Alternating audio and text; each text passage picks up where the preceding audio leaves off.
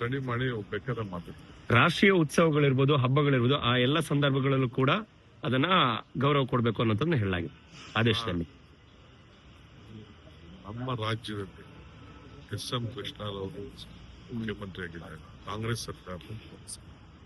ನಾವು ನಮ್ಮ ರಾಜ್ಯದ ಕುವೆಂಪುರವರು ಶಾಂತಿಯ ತೋಟ, ಆ ಶಾಂತಿಯ ತೋಟದಲ್ಲೇ ಎಲ್ಲ ಇದೆಯಲ್ಲ, ಸರ್ವ ಜನಾಂಗದ ಶಾಂತಿ, ಸರ್ವ ಜನಾಂಗದ ಶಾಂತಿಯ ತೋಟ. ಅದ್ರಲ್ಲಿ ಏನೇನು ಹೇಳ್ಬೇಕು, ಯಾವ ಧರ್ಮ ಹೇಳ್ಬೇಕು ಎಲ್ಲ ಹೇಳಿದೀವಲ್ಲ. ಹಿಂದೂ, ಕ್ರೈಸ್ತ, ಮುಸಲ್ಮಾನ ಎಲ್ಲ ಇದೆಯಲ್ಲ. ಇದೇ ನಮ್ಮ ರಾಜ್ಯ. ಆ ರಾಜ್ಯ, ಆ ಭೂಮಿಯಿಂದ ಬೆಳೆದಿರೋರು ನಾವು.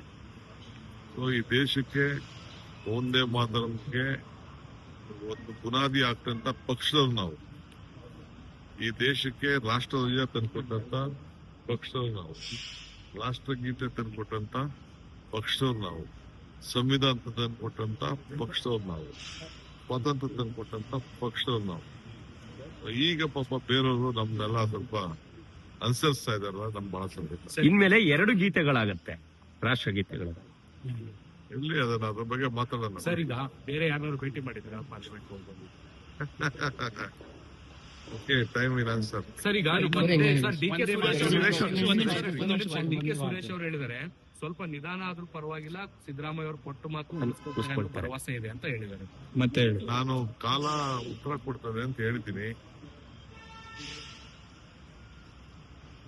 ನಾನೇನು ನಾವೇನ್ ಮಾತಾಡಿದೀವಿ ಅನ್ನೋದು ನಮ್ಗೆ ಮಾತ್ರ ಕೊಟ್ಟು ಅಂತ ಹೇಳಿದೀನಿ. ಪ್ರತಿ ಬಾರಿಯೂ ಕೂಡ ಕಾಲ ಉತ್ತರ ಕೊಡುತ್ತೆ ಅಂತ ತಾವು ಹೇಳ್ತೀರಿ, ಸುರೇಶ್ ಅವರು ಹೇಳ್ತಾರೆ. ಆ ಕಾಲ ಯಾವಾಗ ಬರುತ್ತೆ ಅಂತ